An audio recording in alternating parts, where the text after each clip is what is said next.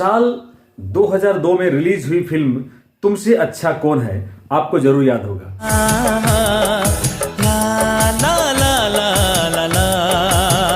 जी हाँ, ये film box office पर सुपरहिट साबित हुई। भरी भरी और तुम।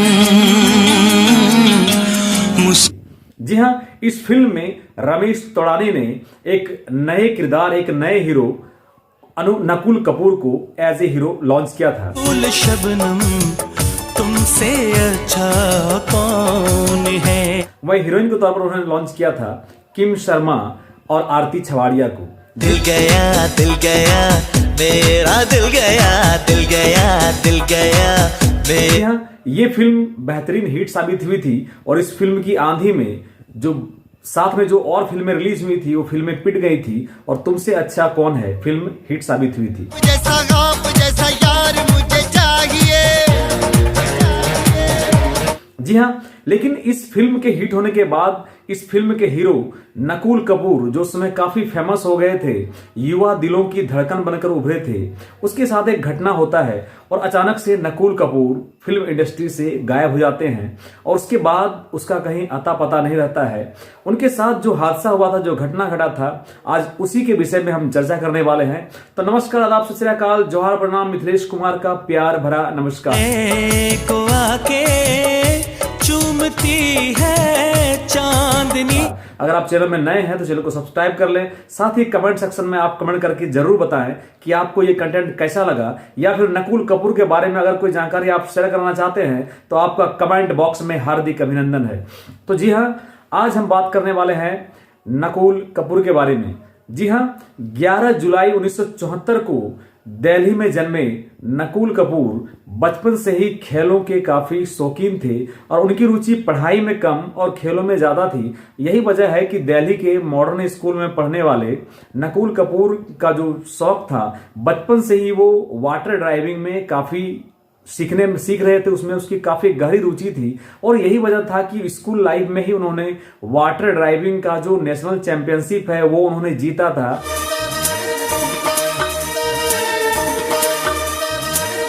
और एक स्पोर्ट्स पर्सन बनकर वो उभरे थे, लेकिन उसकी नियति को कुछ और ही मंजूर था, उसके नसीब में शायद स्टार बनना लिखा था।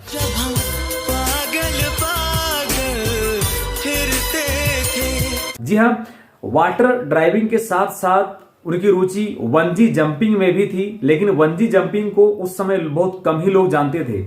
एक्चुअली वंजी जंपिंग में कुछ जिन लोगों को जंप करने का शौक होता है किसी ऊंचाई वाले जगहों से, तो उस तरह के शौक लोग रखते हैं। नकुल कपूर बचपन से ही दिखने में काफी चॉकलेटी थे और यही वजह था कि बचपन में उसके स्कूल के दोस्त उनसे कहा करते थे कि आप मॉडलिंग में अपना तकदीर जरूर आजमाएं, और मजाक मजाक में ही नकुल कपूर ने अपने कुछ फोटो मॉडलिंग एजेंसीज को उन्होंने भेजा था और उन्हें एक मॉडल के तौर पर मॉडलिंग एजेंसीज ने सिलेक्ट भी कर लिया था। जी हाँ, स्कूली पढ़ाई खत्म करने के बाद एक बार नकुल कपूर ने वंजी जंपिंग का ऐलान किया था। ये खबर जो है रातों रात काफी वायरल हो गई थी और इस वंजी जंपिंग का ऐलान करने के बाद एक कोल्ड ड्रिंक कंपनी ने नकुल कपूर से कांटेक्ट किया था और उस कोल्ड ड्रिंक कंपनी ने साल 1996 में नकुल कपूर से एक कोल्ड ड्रिंक की विज्ञापन करवाई थी। उस विज्ञापन में नकुल कपूर को अपने पैर में रस्सी बांधकर एक पहाड़ से छलांग लगाना था और नीचे से कोल्ड ड्रिंक उठाकर उन्हें ऊपर आना था। यह विज्ञापन काफी हिट हुई और नकुल कपूर एक विज्ञापन के तौर पर उनका जो पहला विज्ञापन था काफी सक्सेसफुल रहा था। उसके बाद साल 1997 में एक विज्ञापन में उन्होंने हेलीकॉप्टर से जंप लगाया था और यह विज्ञापन भी काफी हिट रहा था, बल्कि सुपरहिट रहा था। और इसी विज्ञापन को देखने के बाद एक जो गायिका थी बॉलीवुड की शिवानी कश्यप, उसका ध्यान पड़ता है नकुल कपूर पे और वो अपने एक एल्बम में नकुल कपूर को हीरो के तौर पर लॉन्च करते हैं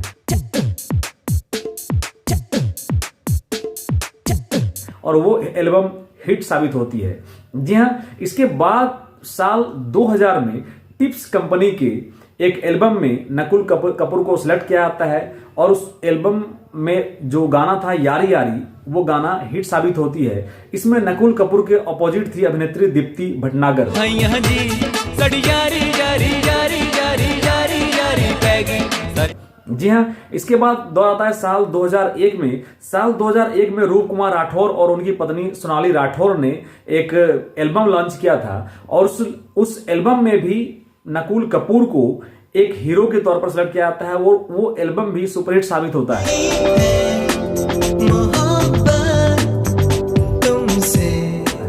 इसके बाद फिर से टिप्स कंपनी जो है एक बार फिर से नकुल कपूर को सिलेक्ट करती है और नुसरत फतेह अली खान के गाए गीतों पर नकुल कपूर को हीरो के तौर पर लिया जाता है और वो एल्बम भी सुपरहिट साबित होती है।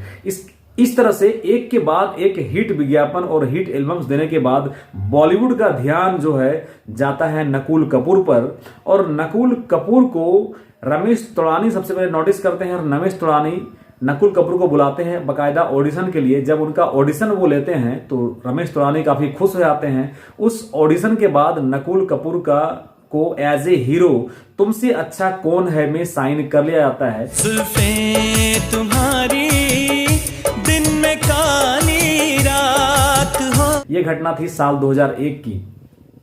इस फिल्म की शूटिंग स्टार्ट होती है और ये फिल्म जैसी 2002 को बॉक्स ऑफिस पर रिलीज होती है। इस फिल्म के साथ रिलीज हुआ फिल्म गोविंदा का प्यार दीवाना होता है बुरी तरह से पिट गई थी और ये जो फिल्म थी तुमसे अच्छा कौन है ये सुपरहिट साबित हुआ था। और हमसे पीता हूँ उतर जाती है। और इसके हीरो नकुल कपूर काफी उस समय फेमस होते हैं, देश के युवाओं के धड़कन बनकर उभरते हैं और फिल्म इंडस्ट्री को लगा था कि एक नया स्टार मिल गया। साथ ही इस फिल्म से जुड़ी एक वाकया आपको मैं बता दूं। इस फिल्म के जो कंपोजर थे नदीम श्रवण, उन्होंने इनके 3 गाने, पहला गाना ये उन दिनों की बात है जो सोनू निगम के द्वारा गाया गया था और दूसरा गाना जो है इसका टाइटल सॉन्ग तुमसे अच्छा कौन है जो तौसीफ अख्तर ने गाया था और उसका जो तीसरा गाना है कुमार सानू द्वारा गाया हुआ आंख है भरी भरी और तुम मुस्कुराने की बात करते हो। चोट खाने की बात करते। ये तीनों गानों को नदीम श्रवण ने इस फिल्म के रिलीज होने के पहले ही लॉन्च कर दिया था, इसको रिलीज कर दिया था और कहा जाता है कि फिल्म रिलीज होने तक में ये जो इसके जो कैसेट्स थे, ऑडियो कैसेट, वो आउट ऑफ स्टॉक हो चुके थे। इतने इनके गीत उस समय वायरल हुए थे। तो निश्चित तौर पर यह फिल्म ब्लॉकबस्टर हिट साबित हुआ था और इस फिल्म के बाद लोग कयास लगा रहे थे कि नकुल कपूर को एक के बाद एक बड़ा बैनर मिलने वाला है। लेकिन कहा जाता है कि उसके बाद जो मीडिया रिपोर्ट्स है वो 2 विभाग में बढ़ जाती है। एक रिपोर्ट के मुताबिक कहा जाता है कि नकुल कपूर को उसके बाद काम मिलना बंद हो गया था या फिर यूं कहें कि छोटा बैनर मिल रहा था, वो बड़े बैनर की तलाश में थे। या फिर एक मीडिया रिपोर्ट्स ये कहती है कि नकुल कपूर का ध्यान उस समय अध्यात्म की ओर इस कदर गया था कि वो बॉलीवुड से अचानक गायब हो गए थे। उसके बाद जो है नकुल कपूर मीडिया से गायब हो जाते हैं अचानक से और उसके बाद उसके वर्षों बीत जाने के बाद, लगभग 2, 3, 4 साल बीत जाने के बाद लोग अनुमान लगाते हैं कि कुछ लोगों का कहना था कि नकुल कपूर जो है कि मौत हो चुकी है प्लेन क्रैश में। कुछ लोगों का मानना था कि सड़क दुर्घटना में उनकी मौत हो चुकी है। कुछ लोगों का कहना था कि वो गंभीर बीमारी से ग्रस्त थे और वो दुनिया को अलविदा कह चुके हैं। लेकिन किसी भी मीडिया रिपोर्ट में क्लियर नहीं था कि नकुल कपूर आखिर कहां चले गए। ये बात तब जाकर क्लियर हुई जब साल 2015 में नकुल कपूर खुद सामने आए मीडिया के सामने, यानी कि उनकी फिल्म रिलीज हुई थी 2002 में। उसके 13 साल बाद नकुल कपूर मीडिया के सामने आते हैं और कहते हैं कि जी नहीं, मैं अभी जिंदा हूं और सही सलामत हूं और मैं अभी कनाडा में रह रहा हूं। जी हाँ, वो कनाडा में रह रहे थे नकुल कपूर। ये बात उन्होंने क्लियर किया साल 2015 में और कनाडा में वो अपना एक जो है योगा कैंप जो है एक योगा इंस्टीट्यूट चलाते हैं कनाडा में और कनाडा के लोगों को बाकायदा वो योगा की ट्रेनिंग शिक्षा दीक्षा देते हैं और अपनी पत्नी और अपने बाल बच्चों के साथ नकुल कपूर कनाडा में ही बस चुके हैं। ये बात उस तब जाकर क्लियर हुई और लोगों को लगा कि जी हाँ, नकुल कपूर जो है वो अब सही सलामत है और हो सकता है उनकी फिल्म इंडस्ट्री में वापसी हो जाए। लेकिन ऐसा नहीं हुआ। नकुल कपूर का अभी तक फिल्म इंडस्ट्री में वापसी नहीं हुआ और अभी अगर आप उन्हें देखेंगे तो शायद पहचान भी नहीं पाएंगे उनका चेहरा। अब 50 साल के हो सके नकुल कपूर का चेहरा पूरी तरह से बदल चुका है और आप उन्हें एक नजर में शायद पहचान भी ना पाए।